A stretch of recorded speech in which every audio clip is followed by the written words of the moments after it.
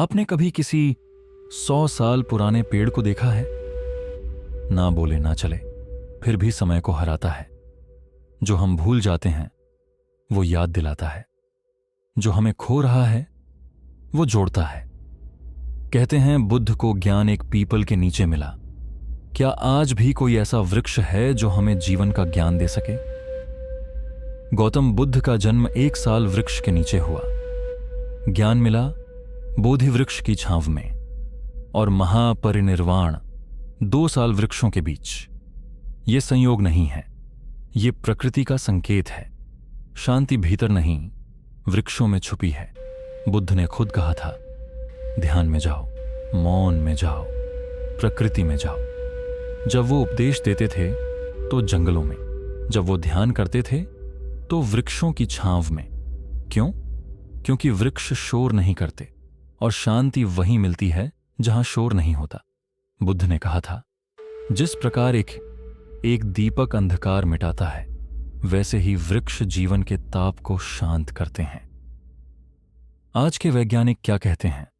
Harvard medical school और WHO की report बताती हैं, जिन इलाकों में हरियाली ज्यादा होती है वहां जीवन प्रत्याशा अधिक होती है।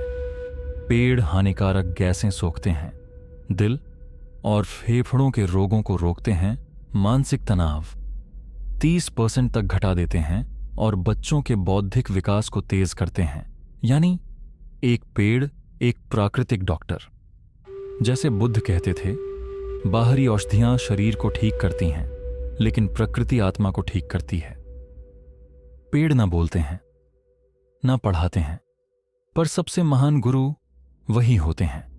वो सिखाते हैं स्थिरता, धैर्य, मौन की ताकत और निस्वार्थ सेवा। एक आम का पेड़ सोचिए, 10 साल तक बस बढ़ता है और फिर बिना मांगे फल देना शुरू करता है। हर साल, हर किसी को। कभी शिकायत नहीं, कभी थकावट नहीं। क्या हम ऐसा जीवन जी सकते हैं? आप सोच रहे होंगे, मैं अकेला क्या कर सकता हूं?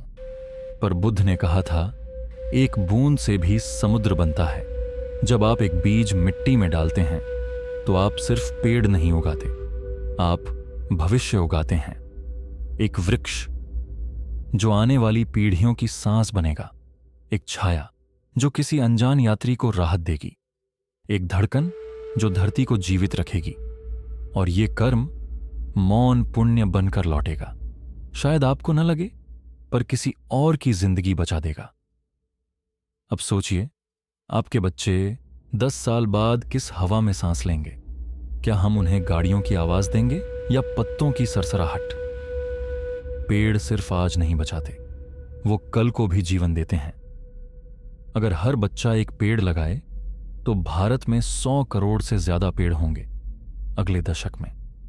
क्या इससे बड़ी कोई तपस्या हो सकती है? हर 5 में से 2 लोग डिप्रेशन या एंग्जाइटी से जूझ रहे हैं। लेकिन क्या आप जानते हैं, पेड़ों के बीच सिर्फ 20 मिनट बिताने से स्ट्रेस हार्मोन कॉर्टिसोल 30% तक घट जाता है। इसका नाम है फॉरेस्ट थेरेपी। जापान में तो ये इलाज का हिस्सा है। बुद्ध कहते थे, सच्चा सुख भीतर है, और भीतर जाने का रास्ता मौन से है, और पेड़ मौन का मंदिर है। हमने शहरों को ऊंचा बनाया, लेकिन जीवन को नीचा कर दिया। बचपन में खेत थे, अब बिल्डिंग है। गली में अमरूद का पेड़ था, अब सिर्फ बिजली के खंभे हैं। क्या हम तकनीक की रफ्तार में जीवन को खो रहे हैं? अब समय है शांति की तरफ लौटने का। तो अब सवाल ये नहीं कि क्या करना है, सवाल ये है कि अब और कितना देर करना है।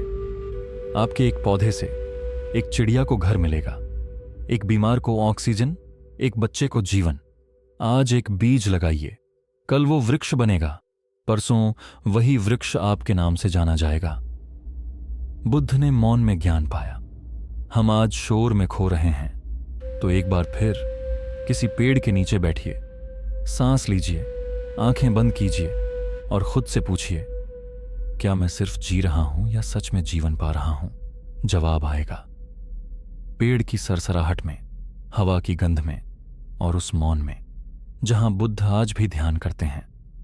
पेड़ लगाइए, खुद को बचाइए, बुद्ध की राह, प्रकृति की शरण में।